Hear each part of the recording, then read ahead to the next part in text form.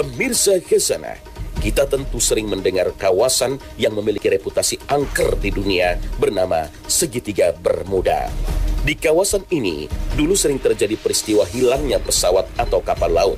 Sejak tahun 1950-an, wilayah imajiner yang menghubungkan Miami di Florida, Bermuda, dan Puerto Rico ini dianggap bertanggung jawab atas hilangnya sekitar 20 pesawat dan 50 kapal dalam kurun waktu 100 tahun. Namun, kesan angker ini sempat meredup karena nyaris tak ada lagi peristiwa kapal atau pesawat yang hilang. Hilangnya sebuah pesawat di kawasan ini tahun lalu kembali memunculkan kesan angker wilayah Segitiga Bermuda ini. Karena hilangnya pesawat atau penumpang seringkali tak meninggalkan jejak. Akibatnya muncul berbagai dugaan.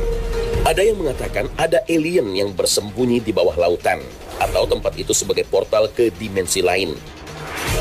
Ada yang menyebutnya karena gas metan, dan ada juga yang mengatakan disitulah lokasi Atlantis yang hilang.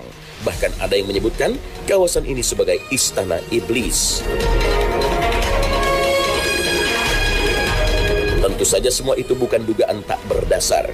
Beberapa tahun lalu seorang penulis Mesir bernama Muhammad Isa Dawud dalam bukunya sempat mengungkap keberadaan istana atau kerajaan iblis di Segitiga Bermuda. Hal ini diketahui dari dialognya dengan jin yang mengaku muslim bahwa di kawasan Segitiga Bermuda merupakan pusat kerajaan iblis.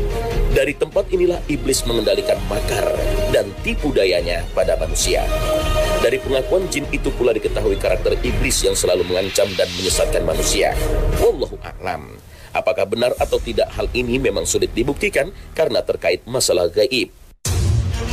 Iblis merupakan pemimpin para setan yang memang sudah berikrar di hadapan Allah Subhanahu wa Ta'ala akan menyesatkan anak cucu Adam alaihissalam dengan berbagai macam cara sebelum akhirnya diusir Allah Subhanahu wa Ta'ala dari surga.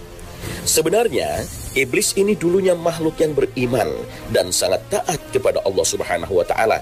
Namun ia begitu sombong ketika diperintahkan bersujud kepada Nabi Adam sehingga lebih memilih ingkar lalu dikeluarkan dari surga. Sejak itulah iblis mengibarkan perang melawan kebaikan dan kesalehan serta bertekad besar untuk menyesatkan anak cucu Adam, seluruh manusia di bumi dengan cara apapun. Lalu membangun istana dengan singgasana yang begitu luas di atas air. Lalu mengapa iblis membangun singgasananya di atas air, di atas lautan? Pertama, iblis ingin menandingi Allah Subhanahu wa Ta'ala dengan membangun singgasananya di atas air. Sebab Allah Subhanahu wa Ta'ala memiliki arsh atau singgasana juga di atas air, sebagaimana disebutkan dalam firman-Nya.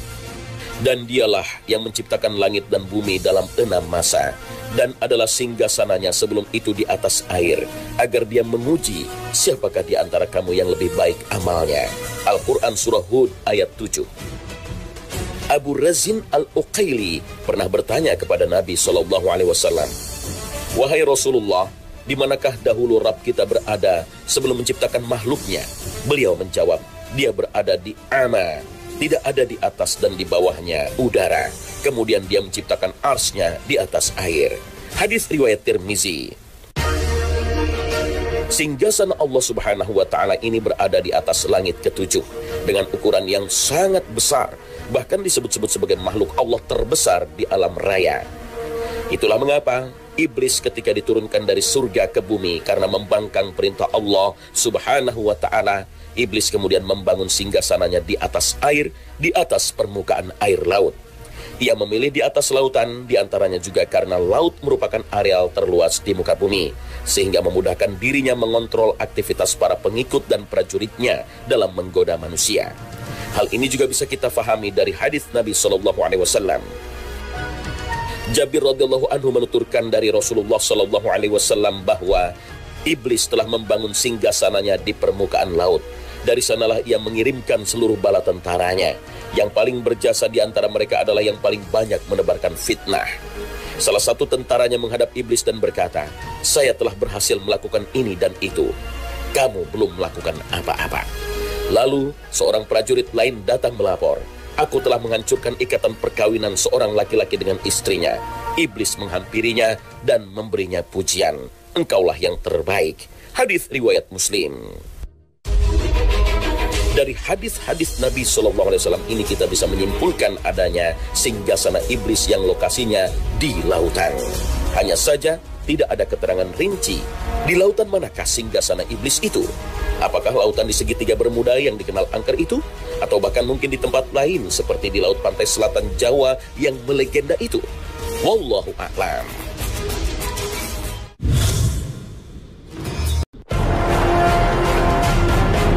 Pemirsa, tahukah Anda bahwa Fir'aun yang mengaku sebagai Tuhan dan selalu membangkang dan menentang Nabi Musa alaihissalam pada akhirnya menyadari akan kesalahannya, bahkan meyakini akan Allah Subhanahu wa Ta'ala.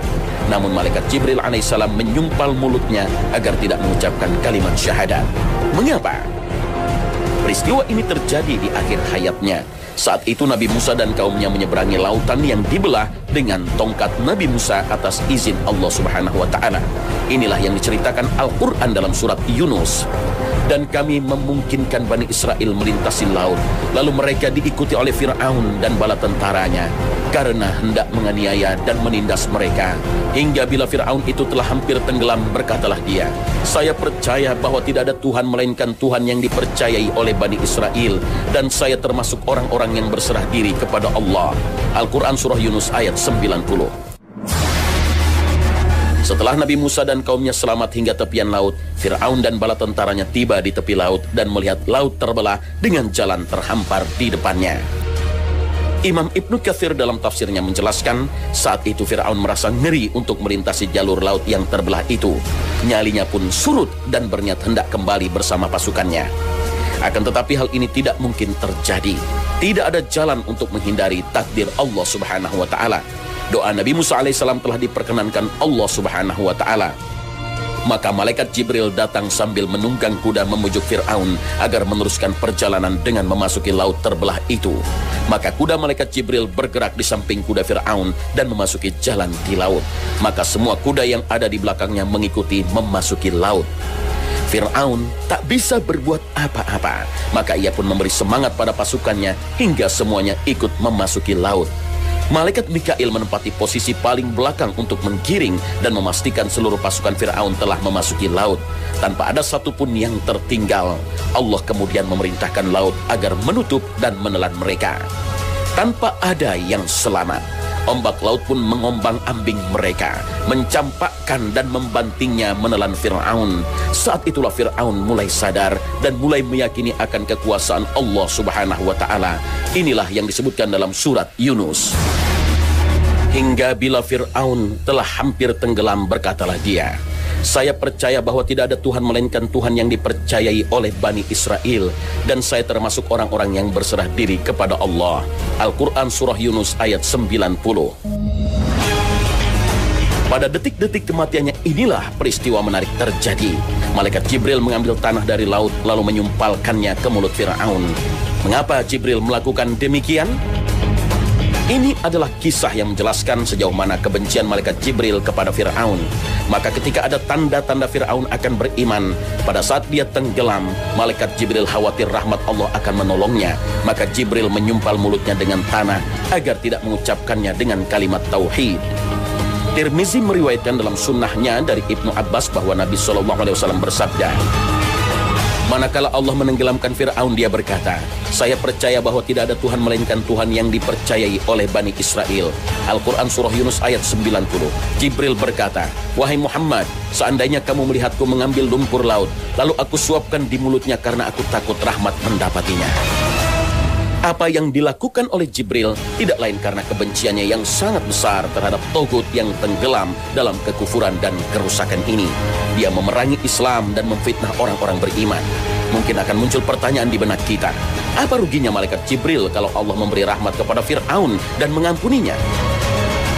Kekufuran dan kezaliman Fir'aun sudah sampai pada puncaknya. Sampai-sampai Nabi Musa alaihissalam yang memang bertugas menyeru manusia termasuk Fir'aun agar beriman pada Allah sampai berdoa agar taubat Fir'aun dan pengikutnya tidak diterima oleh Allah dan mengunci mata hatinya sampai mereka melihat azab yang pedih. Musa berkata, ya Tuhan kami, sesungguhnya engkau telah memberi kepada Fir'aun dan pemuka-pemuka kaumnya perhiasan dan harta kekayaan dalam kehidupan dunia. Ya Tuhan kami, akibatnya mereka menyesatkan manusia dari jalan engkau. Ya Tuhan kami, binasakanlah harta benda mereka dan kunci matilah hati mereka. maka mereka tidak beriman hingga mereka melihat siksaan yang pedih. Al-Quran Surah Yunus ayat 88. Pada kasus Fir'aun ini, bukankah ketika dia tenggelam dan mulai menyadari akan kebenaran Allah Subhanahu wa Ta'ala itu terjadi di saat sakaratul maut? Sementara sakaratul maut merupakan batas ditutupnya pintu taubat. Artinya jikapun Fir'aun mengucapkan syahadat, tetap saja taubatnya tidak diterima, karena saat itu pintu taubat telah ditutup. Wallahu a'lam.